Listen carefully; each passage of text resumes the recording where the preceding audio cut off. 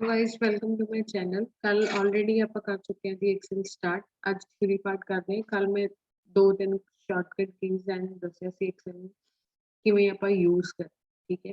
ਅੱਜ ਆਪਾਂ ਉਹਦੀ ਇੰਟਰੋਡਕਸ਼ਨ ਕਰਨ ਲੱਗੇ ਹਾਂ, ਮੀਨਸ ਉਹਦਾ ਥਿਊਰੀ ਪਾਰਟ ਕਰ, ਠੀਕ ਹੈ ਜੀ। ਹੁਣ ਫਰਸਟ ਹੈ ਜੀ ਇੰਟਰੋਡਕਸ਼ਨ ਟੂ ਐਕਸਲ। ਫਰਸਟ ਜੋ ਐਕਸਲ ਆਪਾਂ ਯੂਜ਼ ਕਰਦੇ ਹਾਂ, ਇਹ ਕੀ ਹੁੰਦਾ ਹੈ? Excel is a computer program. Obvious ਹੈ ਹਰ ਇੱਕ ਚੀਜ਼ ਦੇ ਵਿੱਚ ਕੋਈ ਵੀ ਕੰਪਿਊਟਰ ਪ੍ਰੋਗਰਾਮਿੰਗ ਦੇ ਬੇਸਿਸ ਤੇ ਜੋ ਵੀ ਮਾਈਕਰੋਸਾਫਟ ਦਾ ਟੂਲ ਹੈ ਜਾਂ ਕੋਈ ਵੀ ਆਪਾਂ ਐਪ ਯੂਜ਼ ਕਰਦੇ ਹਾਂ, ਉਹ ਕਿਸੇ ਨਾ ਕਿਸੇ ਪ੍ਰੋਗਰਾਮ ਦੇ ਬੇਸਿਕਸ ਤੇ ਯੂਜ਼ ਹੁੰਦਾ। Use to create electronic spreadsheet. ਸਭ ਨੂੰ ਪਤਾ ਹੋਏਗਾ ਕਿ ਸਪਰੈਡਸ਼ੀਟਸ ਬੋਲਿਆ ਜਾਂਦਾ ਇਹਨਾਂ ਨੂੰ। ਇੱਕ ਹੋਰ ਚੀਜ਼ ਕਿ ਕੱਲ ਮੈਂ ਦੱਸਣਾ ਭੁੱਲ ਗਈ ਸੀ ਕਿ ਜਿਹਦੇ ਉੱਪਰ ਆਪਾਂ ਐਕਸਲ ਦੇ ਵਿੱਚ ਕੰਮ ਕਰਦੇ ਹਾਂ ਉਹਨੂੰ ਵਰਕਸ਼ੀਟ ਕਹਿੰਦੇ ਆ। ਵਰਕਸ਼ੀਟ ਦੇ ਅੰਦਰ ਸੈਲਸ ਹੁੰਦੇ ਆ, ਠੀਕ ਹੈ। ਇੱਕ ਵਰਕਸ਼ੀਟ ਦੇ ਵਿੱਚ ਇੱਕ ਵਰਕਬੁੱਕ ਦੇ ਵਿੱਚ ਆਪਣੀਆਂ 255 ਸ਼ੀਟਸ ਹੁੰਦੀਆਂ। ਇਹ ਤੁਹਾਨੂੰ ਨੈਕਸਟ ਲੈਕਚਰ ਦੇ ਵਿੱਚ ਦੱਸੂਗੀ ਕਿ ਉਹ ਸ਼ੀਟਸ ਤੁਸੀਂ ਕਿਵੇਂ ਪਤਾ ਕਰ ਸਕਦੇ ਹੋ ਕਿ ਆਪਣੀ ਵਰਕਬੁੱਕ ਦੇ ਵਿੱਚ ਕਿੰਨੀਆਂ ਸ਼ੀਟਸ ਨੇ। ਕਲੀਅਰ। ਨੈਕਸਟ ਸਟੈਪ ਹੈ ਜੀ ਵਿਦਨ ਐਕਸਲ ਯੂਜ਼ਰ। ਐਕਸਲ ਦੇ ਨਾਲ ਕੀ ਕਰ ਸਕਦਾ ਯੂਜ਼ਰ? ਆਪਣਾ ਡਾਟਾ ਨੂੰ ਆਰਗੇਨਾਈਜ਼ ਕਰ ਸਕਦਾ, ਚਾਰਟਸ ਕ੍ਰੀਏਟ ਕਰ ਸਕਦਾ ਤੇ ਕੈਲਕੂਲੇਸ਼ਨਸ ਨੂੰ ਪਰਫਾਰਮ ਕਰ ਸਕਦਾ। ਮੀਨਸ ਆਪਾਂ ਫਾਰਮੂਲਾਜ਼ ਅਪਲਾਈ ਕਰ ਸਕਦੇ। ਥਰਡ ਸਟੈਪ ਹੈ ਜੀ Excel is a convenient program because it allows users to create large spreadsheets, reference information, and it allows better storage of information. Store करके भी रख सकते। Excel operates like other MS Office. आप हमेशा MS Office ही कहते हैं, but आप mainly की अंदर ही अपना Microsoft Office programs and has many of the same functions and shortcuts of the other MS programs. ਹੁਣ ਦੇਖੋ ਜੀ ਮੈਂ ਆਲਰੇਡੀ ਗੱਲ ਕੀਤੀ ਸੀ ਕਿ ਸੈਲਸ ਹੁੰਦੇ, ਵਰਕਸ਼ੀਟਸ ਹੁੰਦੇ ਨੇ। ਸੋ ਉਹੀ ਆਪਣਾ ਨੈਕਸਟ ਆ ਗਿਆ। ਫਰਸਟ ਕੀ ਕਹਿੰਦੇ ਨੇ ਜੀ Microsoft Excel consist of workbooks within each workbook there is an infinite number of worksheet।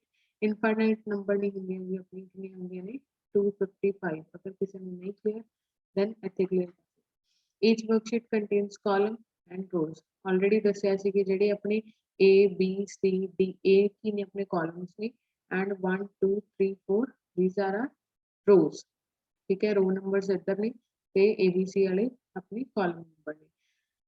when a column and a row intersect is called a cell। ਜਦੋਂ ਕਹਿੰਦੇ ਜਿਹੜਾ ਆਪਣਾ ਰੋ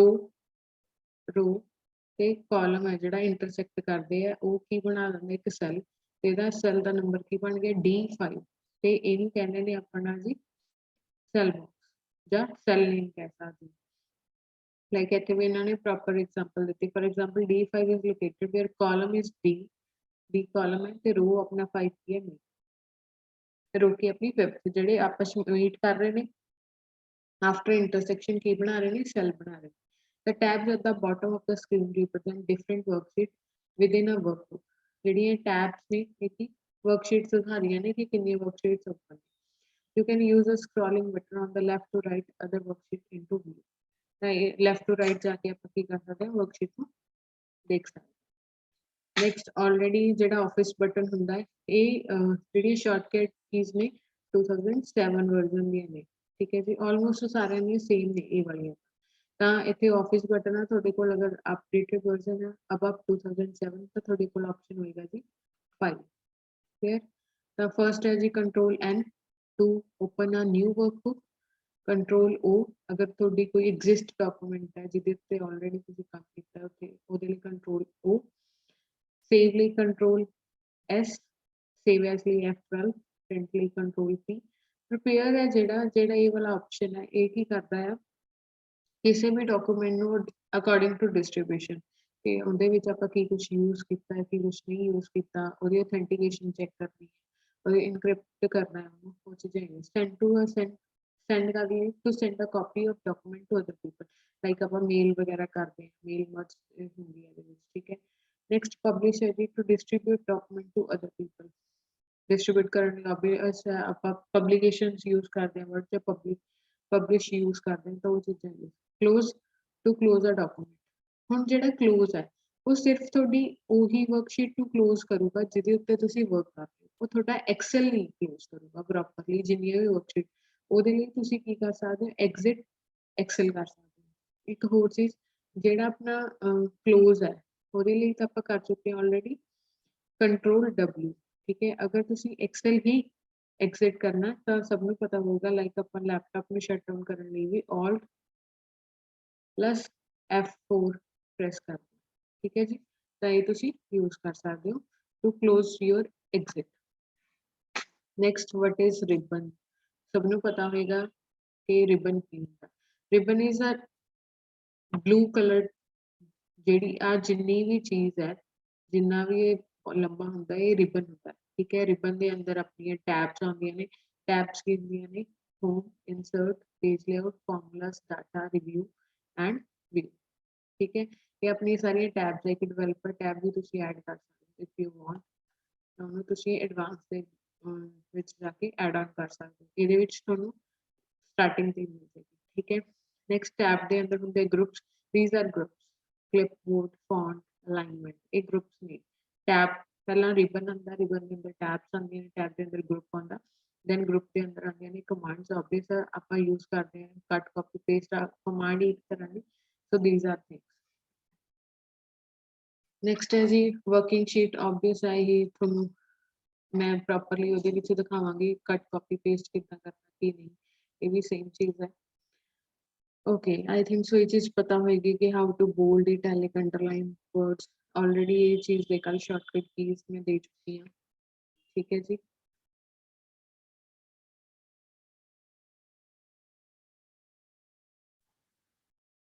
ਓਕੇ ਗਾइस, ਇਹ ਨੇ ਜੀ ਆਪਣੀ ਕੁਝ ਸ਼ਾਰਟਕਟ ਕੀਜ਼, ਦੇਖ ਸਕਦੇ ਹੋ। ਅਗਰ ਕਿਸੇ ਵੀ ਐਕਟਿਵ ਸੈਲ ਨੂੰ ਜਿਹਦੇ ਉੱਤੇ ਆਪਣੇ ਕਰਸਰ ਨੂੰ ਐਡਿਟ ਕਰਨਾ, ਤੇ ਵਿੱਚ ਕੋਈ ਹੋਰ ਇਨਫੋਰਮੇਸ਼ਨ ਪਾਉਣੀ ਹੈ, ਦੈਨ ਉਹਦੇ ਲਈ ਆਪਣੀ ਸ਼ਾਰਟਕਟ ਕੀ ਹੁੰਦੀ ਹੈ ਜੀ F2, ठीक है। सिंपली F2 क्लिक करके ਤੁਸੀਂ ਕਰ ਸਕਦੇ ਹੋ। ਅਗਰ ਕੋਈ ਚਾਰਟ ਕ੍ਰੀਏਟ ਕਰਨਾ ਹੈ F11, ਕੋਈ ਸੈੱਲ ਦੇ ਉੱਪਰ ਕਮੈਂਟ ਇਨਸਰਟ ਕਰਨਾ ਹੈ Shift F2, ਡਾਇਲੌਗ ਬਾਕਸ ਦਾ ਫੰਕਸ਼ਨ ਓਪਨ ਕਰਨਾ Shift F3, insert a new worksheet, ਨਵੀਂ ਵਰਕਸ਼ੀਟ ਓਪਨ ਕਰਨੀ ਹੈ Insert plus F11, name manager dialog box open करना Control plus F3, Visual Basic Editor open करना Alt plus F11। ਜਿਹੜਾ ਇਹ ਚੀਜ਼ ਹੁੰਦਾ ਨਾ editor, basic editor ਹੈ, ਇਹਦੇ ਵਿੱਚ ਸਾਰਾ ਪ੍ਰੋਗਰਾਮ ਹੈ, ਤੇ ਪ੍ਰੋਗਰਾਮ ਬੇਸਡ ਹੈ।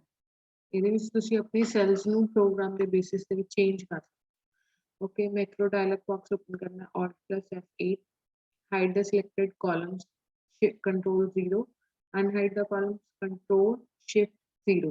this is 0 and this is 4, ठीक है जी।